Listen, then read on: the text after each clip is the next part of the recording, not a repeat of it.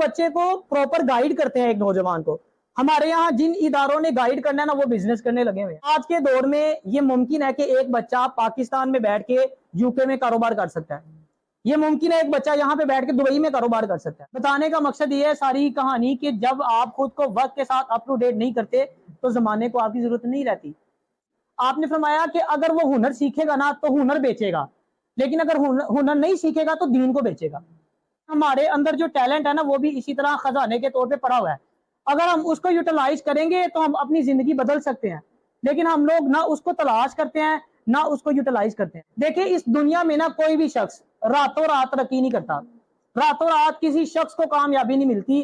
ہر کامیابی کے پیچھے استقامت ہے, اور ہر کام آسان ہونے سے پہلے مشکل ہوتا ہے.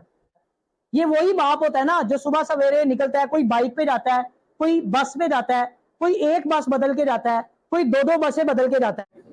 ایک دفعہ دودھ پاک والے سارے الصلاۃ والسلام علیک یا سیدی یا رسول اللہ وعلی آلک و اصحابک یا سیدی یا حبیب اللہ. آج کا جو ہمارا موضوع ہے نا وہ ہے نوجوانوں کو درپیش مسائل اور ان کا حل. ینگسٹرز یہ وہ والا نہیں ہے. ایک اسٹوڈنٹ نے ریکویسٹ کی تھی کہ اس حوالے سے ایک لیکچر ارینج کیا جائے. تو آج کے لیکچر میں ہم دیکھیں گے کہ ہمارے نوجوانوں کو کون کون سے مسائل درپیش ہیں اور ان کا سلیوشن کیا ہے. بڑا اہم لیکچر ہے یہ آج کا. اس میں ہم کچھ ایسی مسٹیکس بھی دیکھیں گے جو اسٹوڈنٹس کرتے ہیں, جو ہمارے ینگسٹرز کرتے ہیں, جن کی وجہ سے ان کو ناکامی کا سامنا کرنا پڑتا ہے. دیکھیں جو نوجوان ہے نا یہ کسی بھی ملک و قوم کا بڑا ہی قیمتی سرمایہ ہوتے ہیں. یہ جو نوجوان نسل ہے نا یہ ملک کی ترقی کے اندر سب سے زیادہ اہم کردار ادا کرتی ہے, نوجوان نسل جو ہوتی ہے. اور اگر ہم پاکستان کی بات کریں نا تو ہماری کل آبادی کا ایک بہت بڑا حصہ نوجوانوں پر مشتمل ہے. لیکن ہمارے ساتھ ایشو یہ ہے کہ ہماری نوجوان نسل کے پاس نا کوئی پروپر ڈائریکشن نہیں ہے. ہمیں کوئی پروپر گائیڈ کرنے والا نہیں ہے ہماری نوجوان نسل کو, جس کی وجہ سے وہ کامیاب نہیں ہو پاتے. اس میں کچھ پوائنٹس ہیں جو ون بائی ون ہم ڈسکس کریں گے, جس میں سب سے اہم جو ہے نا وہ ایجوکیشن سسٹم ہے. ہمارا جو تعلیمی نظام ہے نا اس میں بہت سی خرابی ہیں. سب سے پہلے تو یہ کہ ہمارے تعلیمی نظام میں ایسا سیٹ اپ بنایا گیا کہ امیر کے لیے تعلیم اور ہے اور غریب کے لیے تعلیم اور ہے, جبکہ ہونا ایسا چاہیے کہ سستی اور معیاری تعلیم ہر ایک کو میسر ہونی چاہیے.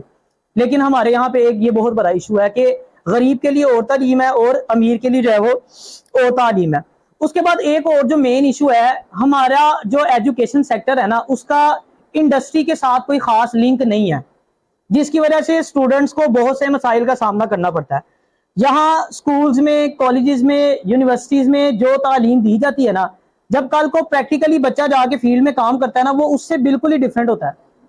یعنی پریکٹیکل, اور یہ آپ دیکھیں بی کام کر کے بچہ جائے گا نا اگر بینک میں کام, اس کو نئے سرے سے سارا سکھانا پڑتا ہے, سیکھا ہی نہیں ہوتا.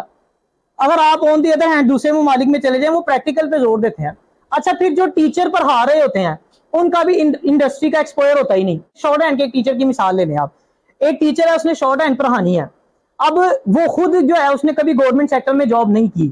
اب ممکن ہے کہ وہ آپ کو اچھی شارٹ ہینڈ تو پڑھا لے, لیکن فیلڈ میں جانے کے بعد ایک اسٹینوگرافر کو جن مسائل کا سامنا کرنا پڑتا ہے وہ اس کے بارے میں آپ کو پروپر گائیڈ نہیں کر پائے گا, کیونکہ اس نے خود کبھی ان مسائل کا سامنا کیا ہی نہیں ہے. کیا ہوگا تبھی آپ کو بتائے گا نا. تو ہونا یہ چاہیے کہ جو ٹیچر پڑھا رہا ہے اس کا بھی انڈسٹری کا ایکسپوئر ہو. یہ کچھ جو ہے نا یہ خامیاں ہمارے ایجوکیشن سیکٹر میں پائی جاتی ہیں. اگر آپ باہر کے ممالک میں دیکھ لینا تو وہاں پہ یہ حساب نہیں ہے. وہاں پہ وہ انڈسٹری کی ڈیمانڈ کے مطابق تعلیم دیتے ہیں. جو ریکوائرمنٹس ہوتی ہیں نا انڈسٹری کی, ہمیں یہ چیزیں چاہیے ایک اسٹوڈنٹ کے اندر, وہ اسی کے حساب سے تعلیم دیتے ہیں, پریکٹیکل کے اوپر زور دیتے ہیں. ہمارے یہاں یہ حساب نہیں ہے. وہ بچے کو پراپر گائیڈ کرتے ہیں ایک نوجوان کو. ہمارے یہاں جن اداروں نے گائیڈ کرنا ہے نا وہ بزنس کرنے لگے ہوئے ہیں. ان کا کام, ان کا مقصد صرف ایک ہی ہے, ایک ہی گول ہے کہ بس زیادہ سے زیادہ پیسے کمانے ہیں. اچھا اب یہ جو تعلیم والا جو شعبہ ہے, اب اس میں نہ آپ کے اختیار میں ہے نہ میرے اختیار میں کہ اس کو ہم ٹھیک کر سکیں. ہم اس کو نہیں کر سکتے ٹھیک. یہ ایک ہائی لیول کا کام ہے. اس میں اگر گورنمنٹ انوالو ہو, لانگ ٹرم پالیسیز بنائی جائیں اور شارٹ ٹرم پالیسیز بنائی جائیں, جو میں نے چیزیں بتائی ہیں ان کو اگر ایڈریس کیا جائے تو ایجوکیشن سسٹم کو بہتر کیا جا سکتا ہے. جب دوسرا جو ایک مین ایشو ہمارے نوجوانوں کا ہے وہ ہے ان امپلائمنٹ, بے روزگاری. اچھا بے روزگاری کی ایک بہت بڑی وجہ کیا ہے؟ لیک آف سکلز نہیں ہے. میری نظر میں نا اب آج کے دور میں یہ بے روزگاری اتنا بڑا ایشو نہیں ہے جتنا بڑا ہم نے اس کو بنایا ہوا ہے. اس میں کوئی شک نہیں ہے کہ ہمارے پاکستان میں اتنی جابز نہیں ہے جتنا اسٹوڈنٹ پڑھ کے ہر سال نکلتا ہے، لیکن پھر بھی یہ اتنا بڑا ایشو نہیں ہے، کیونکہ آج کے دور میں یہ ممکن ہے کہ ایک بچہ پاکستان میں بیٹھ کے یو کے میں کاروبار کر سکتا ہے، یہ ممکن ہے ایک بچہ یہاں پہ بیٹھ کے دبئی میں کاروبار کر سکتا ہے، ایسی مثالیں موجود ہیں۔ میرا اسٹوڈنٹ ہے جس کے ساتھ میں صبح واک کرنے جاتا ہوں نا، تو اس نے مجھے بتایا کہ اس کا کزن 12-13 سال کا ہے، اس نے میٹرک کیا ہوا ہے اور وہ پاکستانی 3 سے 4 لاکھ روپے اس ٹائم کما رہا ہے، امیزون پہ کام کر رہا ہے۔ یہ میں آپ کو حقیقت بات بتا رہا ہوں، میری کزن ہے دور کی، اب یہ کل میری بات ہو رہی تھی، میری مسز نے شیئر کیا، وہ اپنے ہی پیسوں سے اپنا گھر تعمیر کر رہی ہے، شادی شدہ ہے، کزن ہے دور کی، اپنے پیسوں سے، ہسبینڈ کے پیسوں سے نہیں، اپنے پیسوں سے پلاٹ خریدا ہے اور اس کے اوپر کنسٹرکشن اپنے ذاتی پیسوں سے کروا رہی ہے، امیزون پہ کام کر رہی ہے۔ آج کا دور سکلز کا دور ہے، آج کے دور میں پی ایچ ڈی والا بے روزگار پھر رہا ہے، لیکن جس کے پاس سکلز ہے وہ اچھا کما رہا ہے۔ یار آپ شارٹ ہینڈ کی مثال لے لیں، کیا یہ سکل نہیں ہے؟ یہ بھی ایک سکل ہے نا، آپ جو کمپیوٹر ٹائپنگ کرتے ہیں یہ بھی سکل ہے، ایم ایس آفس آپ کرتے ہیں سکل ہے۔ میرے پاس سے بے شمار ایسے اسٹوڈنٹس پڑھ کے گئے ہیں جن کی کوالیفیکیشن ایم فل کے ایکول تھی، جب انہوں نے ایم فل کیا تو کئی ایسے تھے وہ بے روزگار پھر رہے تھے، کئی ایسے تھے ایم فل کرنے کے بعد کوئی اچھی جاب ڈھنگ کی جاب نہیں تھی ان کے پاس، لیکن شارٹ ہینڈ کرنے کے بعد جب سکل کو ساتھ ایڈ کیا تو اس وقت اچھا کما رہے ہیں۔ میرے کئی ایسے جاننے والے ہیں، کئی میرے بیچ میٹس، کئی میرے اسکول کے ساتھ جو میرے ساتھ جنہوں نے ڈی کام کیا، شارٹ ہینڈ سیکھنے کے بعد فورن افیئرز میں لگے ہیں، ادھر سے باہر چلے گئے ہیں، آج ڈالرز میں کما رہے ہیں، لاکھوں پاکستانی کما رہے ہیں سکل کی بنیاد پر۔